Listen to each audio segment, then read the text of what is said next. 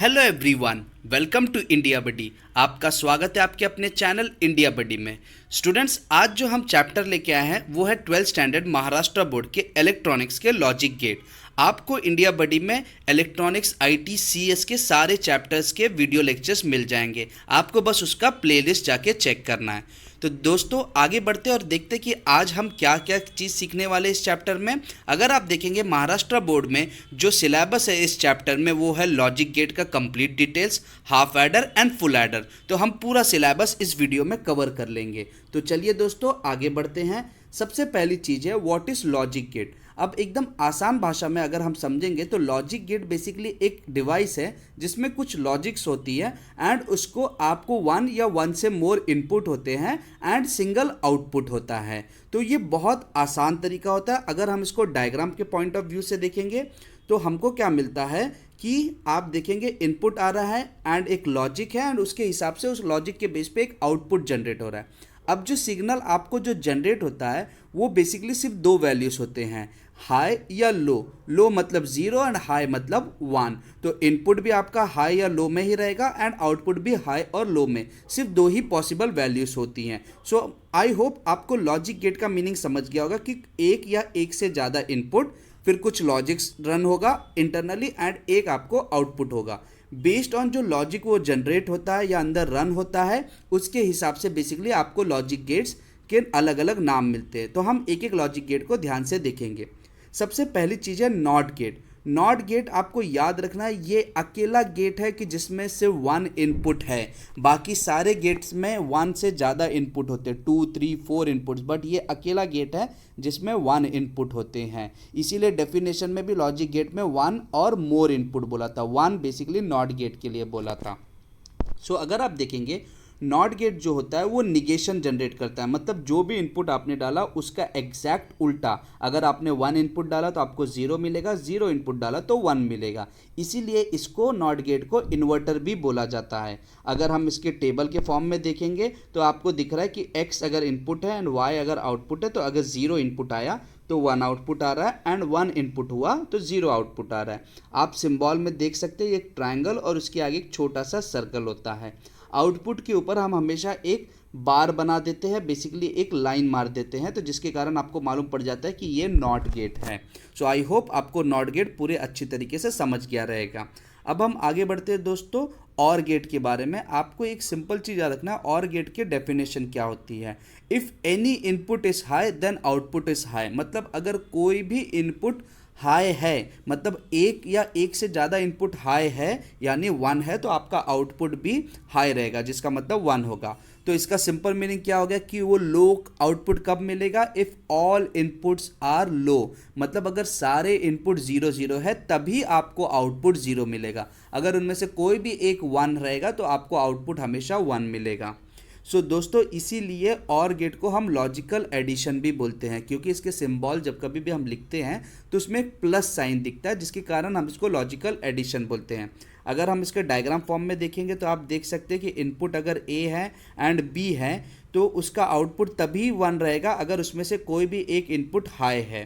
तो आप देख सकते हैं पहला जीरो जीरो का आउटपुट जीरो है क्योंकि दोनों इनपुट लो थे। फिर आप देख रहे हैं कि वन जीरो है, मतलब एक इनपुट हाई है तभी भी आउटपुट हाई रहेगा। जीरो वन है मतलब फिर से आप देख रहे हैं कि एक इनपुट हाई है तो आपका आउटपुट भी हाई, एंड वन वन मतलब दोनों भी इनपुट हाई है तभी भी आपका आउटपुट वन रहेगा। तो आपको याद रखना है एक या एक से ज़्यादा इनपुट भी वन रहेंगे तभी भी आपका आउटपुट हाई रहेगा, लेकिन आपका आउटपुट लो तभी होगा जब सारे इनपुट्स बेसिकली लो होंगे। जैसा फर्स्ट सिनारियो आप देख रहे हैं जीरो जीरो तभी उसकी वैल्यू जीरो आई है। इसके सिंबल आपने देख लिया एंड जब कभी भी आप इसको लिखते हैं तो आप लिखोगे y is equal to A plus B, तो जिसका मतलब होता है ए और बी। इसीलिए यहाँ पे प्लस साइन जो इंडिकेट करता है वो लॉजिकल एडिशन इंडिकेट करता है। तो दोस्तों अब हम देखेंगे एंड गेट के बारे में। एंड गेट में अगर आप देखोगे तो इसमें जो कंडीशन आती है कि if any input is low then output is low. मतलब अगर कोई भी इनपुट ज़ीरो हो गया और बाकी सब भी वन है तभी भी आपका आउटपुट लो आएगा। तो इसका एक सिंपल मीनिंग में अगर हम देखेंगे, if all inputs are high then output is high. मतलब अगर सारे इनपुट वन रहेंगे तभी आपका आउटपुट वन आएगा, नहीं तो बाकी सबके लिए आपको ज़ीरो इनपुट यानी लो इनपुट रहेगा। अगर आप इसका सिंबल देखते हो तो सिंबल अगर आप देखोगे तो y is equal to a dot B, अगर इक्वेशन फॉर्म में देखोगे तो वो डॉट जो होता है वो डॉट प्रोडक्ट मल्टीप्लिकेशन की याद दिलाता है, इसलिए एंड गेट को आप लॉजिकल मल्टीप्लिकेशन भी बोलते हैं। अगर आप सिंबल के फॉर्म में देखना चाहते हैं, इनपुट ए है, इनपुट बी है एंड एक सिंबल दिया गया है एंड गेट के लिए। एंड अगर आप टेबल के फॉर्म में देखेंगे तो आप देख रहे हो 0 0 output is 0, 0 1 again output is 0 क्योंकि कोई एक तो 0 है, 1 0 अगेन 0 क्योंकि सारे इनपुट हाई होने चाहिए, लास्ट केस में हाई आ रहा है 1 1 मतलब सारे इनपुट हाई है, इसीलिए आपका आउटपुट भी हाई आ रहा है। तो दोस्तों आई होप आपको एंड गेट भी समझ गया होगा। नेक्स्ट हम बात करेंगे दोस्तों डी मॉर्गन्स के दो थियरम होते हैं, first law and second law. जो फर्स्ट थियरम डी मॉर्गन्स कहता है, डी मॉर्गन का फर्स्ट थियरम कहता है कि अगर आप किसी का भी डॉट प्रोडक्ट लेते हैं, मतलब एंड अगर आप करते हैं एंड उसके ऊपर एक निगेशन कर देते हैं तो वो इक्विवेलेंट होता है आपका ए बार, मतलब निगेशन ऑफ ए और निगेशन ऑफ बी। तो यही आपको डी मॉर्गन्स थियरम बताता है। तो आपका ये फॉर्मूला जो है वो आपको इस फॉर्मूला को याद रखना है। डी मॉर्गन्स के फर्स्ट थियरम यही बताता है। जब कभी भी आपको पेपर में डी मॉर्गन्स का फर्स्ट थियरम प्रूव करने आएगा तो आपको हमेशा इक्वेशन लिखना होता है और टेबल बना के आपको प्रूव करना होता है। आप कैसे प्रूव कर सकते हैं, आप ए एंड बी लिखिए, उनकी वैल्यू डालिए, ए डॉट बी ढूंढ लीजिए, फिर ए डॉट बी का निगेशन ढूंढ लीजिए, फिर ए का निगेशन, बी का निगेशन एंड ए निगेशन और बी निगेशन करेंगे तो आपको दोनों के आउटपुट को सर्कल करके दिखाना होगा। मतलब कुछ इस तरीके से आप कहेंगे ये एंड ये सेम है, इसीलिए इक्वेशन प्रूव हो रहा है, हैंस प्रूफ। तो आपको ये चीज़ याद रखनी है, जब कभी भी आप पेपर में लिखेंगे आप हमेशा इस तरीके से उसको मार्क करके दिखाएंगे एंड कहेंगे ये चीज़ प्रूव हो रहा है। डी मॉर्गन्स थियरम बहुत ज़्यादा यूज़ होता है। तो दोस्तों अब आगे बढ़ते हैं, अब हम देखेंगे डी मॉर्गन्स का सेकेंड लॉ। डी मॉर्गन का सेकेंड लॉ उल्टा इसका कहता है, मतलब अगर आपके पास ए और बी का आपने और किया है, उसको आप निगेशन करते हो तो इक्विवेलेंट है ए बार, यानी ए का निगेशन एंड बी का निगेशन। जैसे आप इसकी भी फॉर्मूला को मार्क कर सकते हो कि ये रहा उसका फॉर्मूला। जब कभी भी आपको डी मॉर्गन के सेकंड थियरम को प्रूव करने को बोलेंगे, सेम चीज़ आपको टेबल बनाना है, उनको दोनों left hand side and right hand side को सॉल्व करना है। जैसे आप देख सकते हैं ए प्लस बी बार ढूंढिए and A bar dot B bar ढूंढिए और दोनों के आउटपुट को सर्कल करके आप उनको इंडिकेट कर सकते हैं एग्जामिनर को। सिंस ये दोनों की आउटपुट सेम है, it means that both the left hand side and right hand sides are same, तो जिसके कारण आप इस चीज़ को प्रूव कर सकते हैं। तो ठीक इस तरीके से आप डी मॉर्गन्स के थियरम को प्रूव कर सकते हैं। आपको सिर्फ इनके फॉर्मूलास याद रखने हैं। दोस्तों अब हम बात करेंगे नैंड गेट के बारे में। नैंड गेट का सिंपल मीनिंग होता है निगेशन ऑफ एंड। तो आप देख सकते हैं एन जो है वो निगेशन से लिया, मतलब नॉट ऑफ एंड, इसको दूसरे नाम से भी बोला जाता है नॉट ऑफ एंड, क्योंकि निगेशन का सिंपल मीनिंग होता है not gate. So negation of and या नॉट ऑफ एंड, तो इन दोनों को मिला देंगे तो आपका नैंड बन जाता है।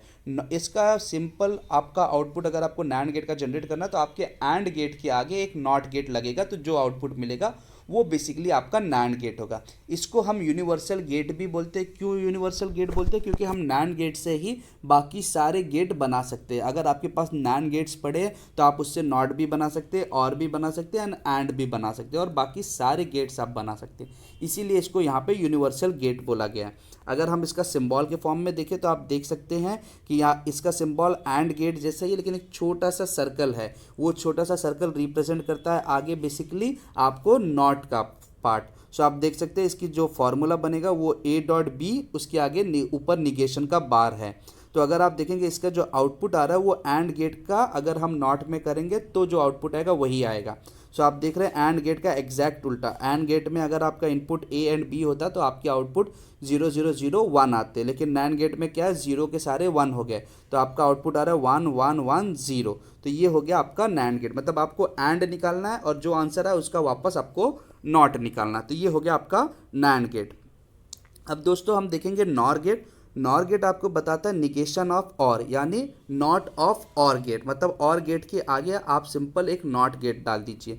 ये भी एक यूनिवर्सल गेट है। जो आपको याद रखना है, यूनिवर्सल गेट का सिंपल मीनिंग होता है कि आप नॉर गेट से भी बाकी सारे गेट बना सकते हैं। आप और बना सकते हैं, एंड बना सकते हैं, आप नॉट बना सकते हैं, आप नैंड भी बना सकते हैं, और कोई भी गेट को बनाया जा सकता है सिर्फ नॉर गेट को ही यूज़ करके। तो इसीलिए इसका यूनिवर्सल गेट इसको नाम दिया जाता है। अगर हम सिंबल के फॉर्म में देखेंगे तो इसका सिंबल भी और का ही सिंबल है, लेकिन एक आगे छोटा सा सर्कल होता है जो इंडिकेट करता है कि ये नॉर गेट है। और अगर आप फॉर्मूला में देखेंगे तो a प्लस बी लिखा था और उसके ऊपर एक लाइन मार दी जाती है, बार कर दिया जाता है, जिसका मीनिंग होता है कि a प्लस बी के आगे आपने नॉट गेट लगाया था। इसकी आउटपुट भी अगर आप देखेंगे a एंड b अगर आपका इनपुट है तो आपको पहले और ढूंढना पड़ता है और उसके आगे और के आंसर को आपको नॉट में करना पड़ेगा, मतलब 0 की जगह पे 1 कर दीजिए, 1 की जगह पे 0। सो आपको नॉर गेट मिल जाएगा। आप देख सकते हैं कि इसकी आउटपुट जो है वो 1 0 0 0 है, जो एग्जैक्टली और गेट का उल्टा होता है।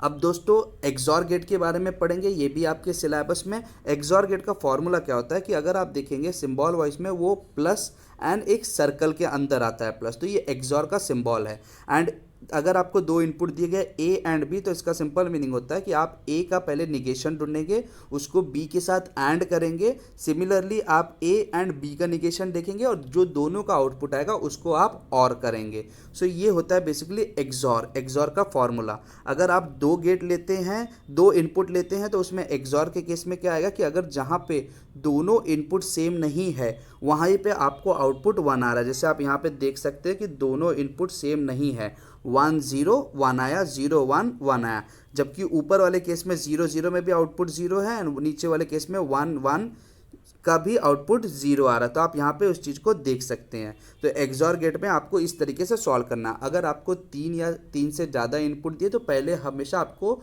दो इनपुट को लेके सॉल्व करना है, मतलब ए एंड बी का आप सॉल्व कीजिए, फिर जो आंसर आएगा उसको आप सी के साथ सॉल्व कीजिए, फिर जो आंसर आएगा उसको आप डी के साथ सॉल्व कीजिए। ऐसे ही आपको एक्सॉर गेट को सॉल्व करना होता अगर आपके इनपुट 2 से ज़्यादा होते हैं। सो ये था बेसिकली दोस्तों एक्सॉर गेट। आप इसमें पूरी तरीके से इसको पढ़ सकते हैं कि जब कभी भी दोनों इनपुट सेम रहेंगे तो आपको आउटपुट हमेशा 0 मिलेगा और दोनों इनपुट अलग रहेंगे तो आउटपुट आपको 1 मिलेगा।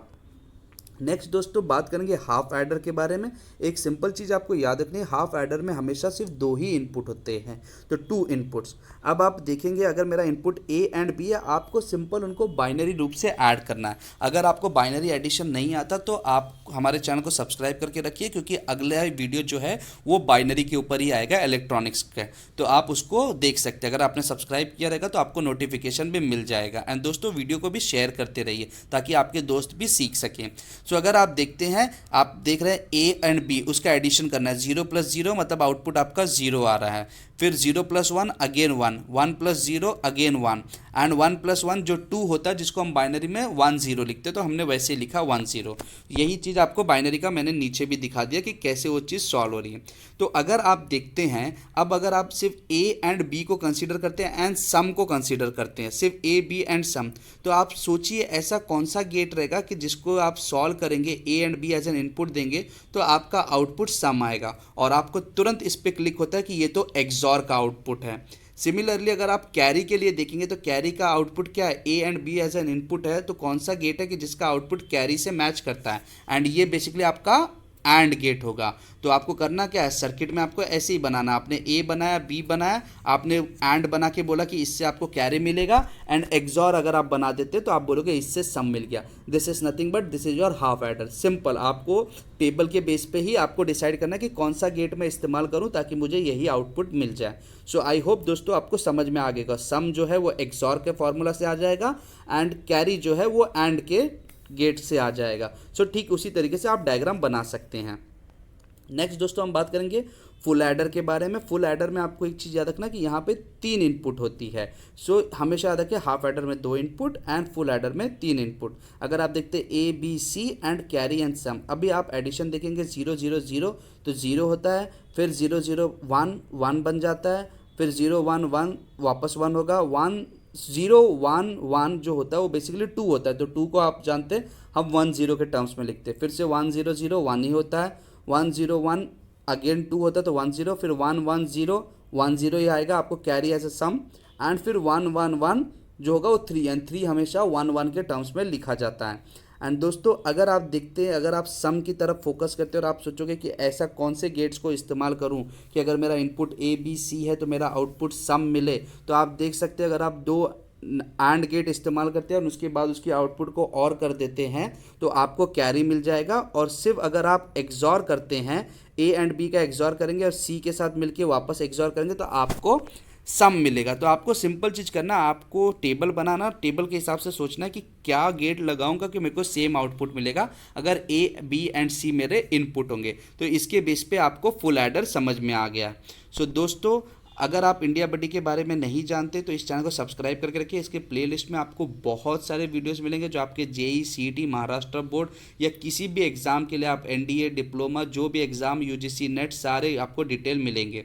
इंडिया बडी में अगर आप देखेंगे आपको बोर्ड एग्ज़ाम को कैसे मैनेज किया जाता है, आप इसके प्लेलिस्ट में जाके देख सकते हैं। साथ ही साथ आपको नीट प्रिपरेशन के बारे में इन्फॉर्मेशन मिलेगी, जेई प्रिपरेशन के बारे में इन्फॉर्मेशन मिलेगी, सीईटी प्रिपरेशन के बारे में इन्फॉर्मेशन मिलेगी। सो दोस्तों, thank you very much for watching India buddy. अगर आपको ये वीडियो पसंद आ रहा है तो इसको लाइक कीजिए, सब्सक्राइब करके रखिए एंड बेल आइकन दबाइए एंड दोस्तों शेयर कीजिए अपने फ्रेंड्स के साथ ताकि ये जो वीडियो है ये बाकी सारे इलेक्ट्रॉनिक्स के भी बच्चे देख सकें। So thank you very much for watching India buddy. जय हिंद।